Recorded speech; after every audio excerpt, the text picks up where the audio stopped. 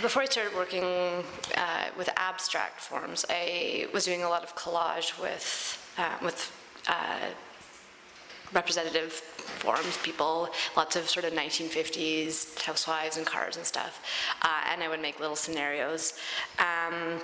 While I was at the Nova Scotia College of Art and Design. And then we used to get visiting artists who would come in, and you could sign up to do critiques with them.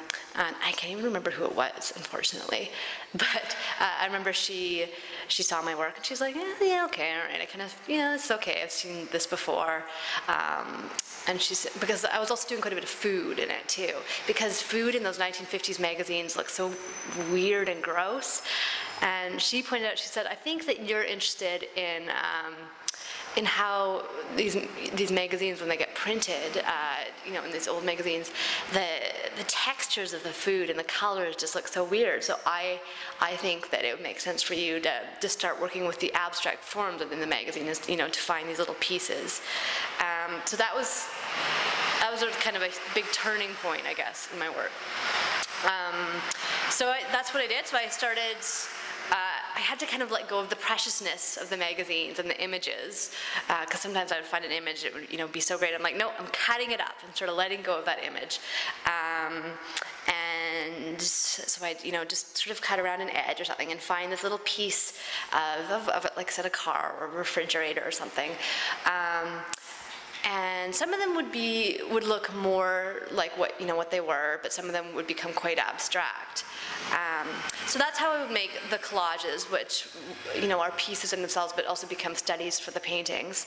And then, you know, I have all these pieces out and I bring them together, and you know, the composition, I could spend hours on the composition, really finding that composition. And if I can remember what the original image was that this little abstract piece came from, sometimes that will help to kind of create a little bit of a narrative in the piece. You know, often it's sort of about, if it's sort of a kitchen type scenario or like a dressing up kind of a scenario. So then all these pieces sort of within that semi-narrative start to represent stuff. Which I know sounds very generic, but kind of stuff with a capital S, because we all, you know, we're all kind of surrounded with stuff, and we need to collect more and more stuff, which is nothing new. But again, it kind of comes back to that post-war era where I think people felt the need to acquire more stuff and use more stuff that we would just throw out, you know, disposable diapers and stuff like that. So I guess by using abstract forms, to me it suggests that one piece of stuff is not really any different from another piece of stuff. If they're not specific items, they can just, you know, they're just different representations, molecules or atoms kind of put together in different ways. So whether it's a, you know, random blobby looking thing, or, you know, an actual piece of lettuce, who's to say, you know, why that's any different, why we would want to sort of collect that one item, hold on to that item, hold that item as being precious, as opposed to something that doesn't really exist. Yeah. This is an example of one of the collages, and like I said, they are studies for paintings, but I also really do consider them pieces in themselves. Collage is a medium that I think, I don't know, it's quite fascinating to me how it's hard to do well, I think. So anyway, so talking about sort of that narrative, this piece is called Prom, and to me that title comes from the narrative that I kind of developed you know, once the composition came together. So it does include some more obvious objects.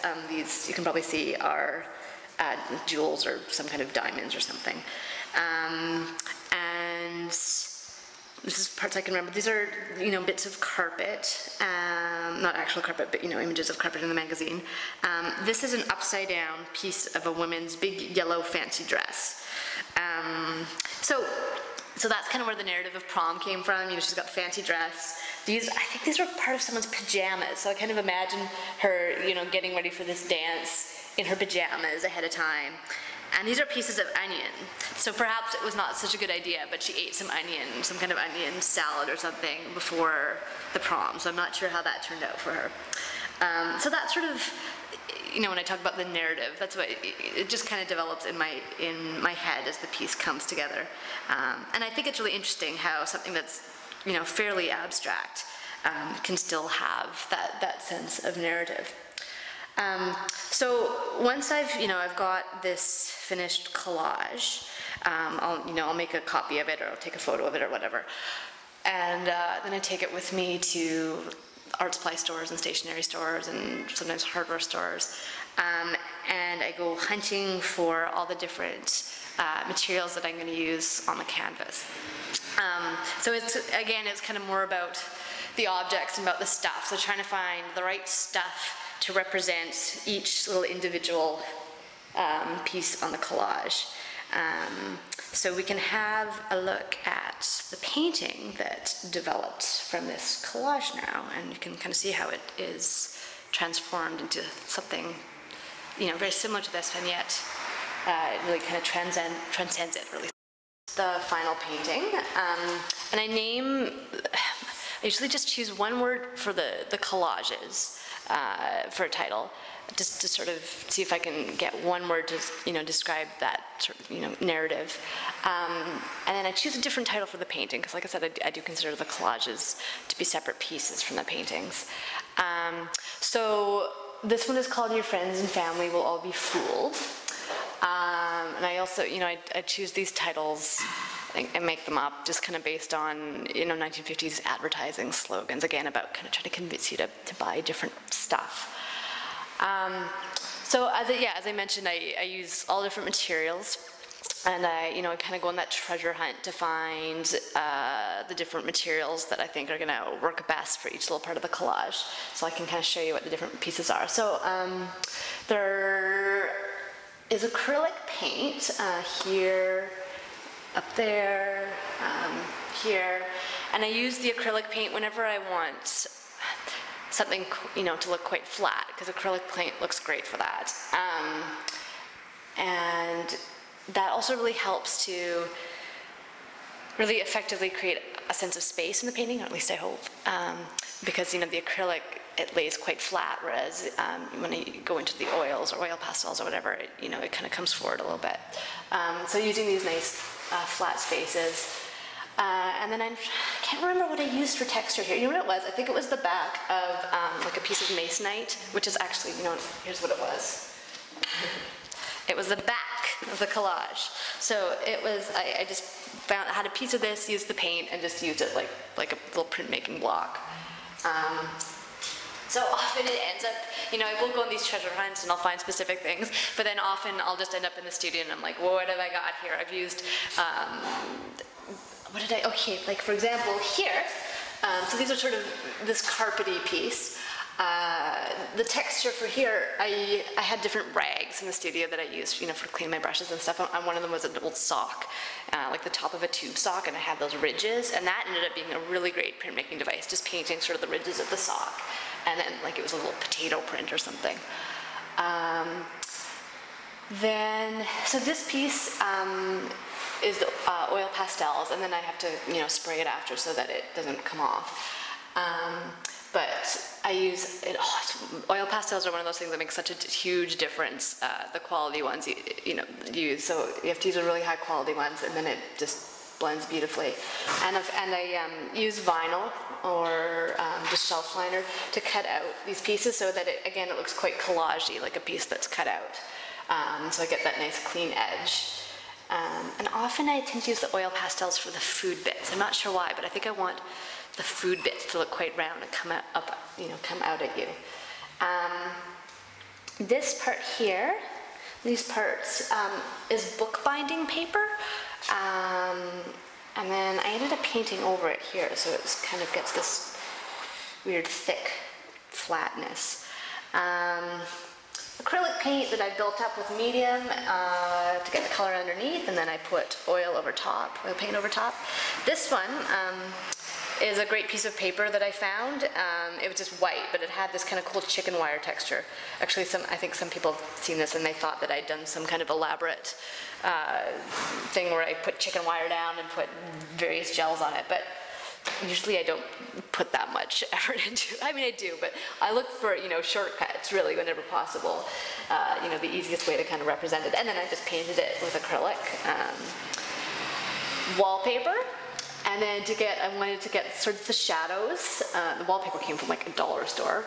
To get the shadows, I used spray paint, which I don't feel great about, but it was what I needed for the painting. And then I just kind of blocked off areas. And some more paper up there. It was this sort of fine light blue paper with flower prints over top of an acrylic, an area of acrylic paint. More wallpaper, but I painted it around. I wanted some kind of paint checks, and I found a hard time.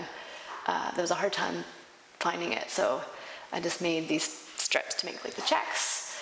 A little bit more texture in the middle of that yellow piece. Some kind of weird. Oh, you know, it was another dollar store find. It's this plastic grid that I think kids use to make little pieces of art where you put yarn through and you make like a little bunny or whatever. I think I just used that and then painted through it. And then the jewels, it took me a while to find the jewels. This is, again, just a nice piece of paper here. It's wrapping paper, so it's sort of a semi-metallic wrapping paper.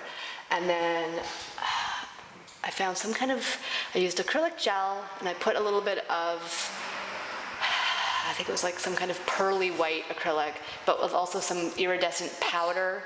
I played around with a lot of stuff. I think that's everything that's in them to get, you know, sort of that shiny, jewelly bit. And I think that kind of covers it. I used a little bit more oil pastel along the edges of the carpet pieces. So yeah, it's just a lot of fun for me to try and find all these different things. Again, sometimes it's stuff that I just happen to have here. Sometimes it's stuff that I really have to go looking for and trying to put it together as cohesively as I can.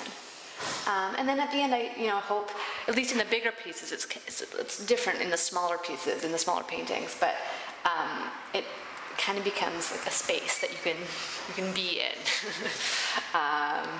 You know, just like in a room, you know, the different elements, your lamp and your carpet and your curtains, come together to create the space that you can just kind of sit in.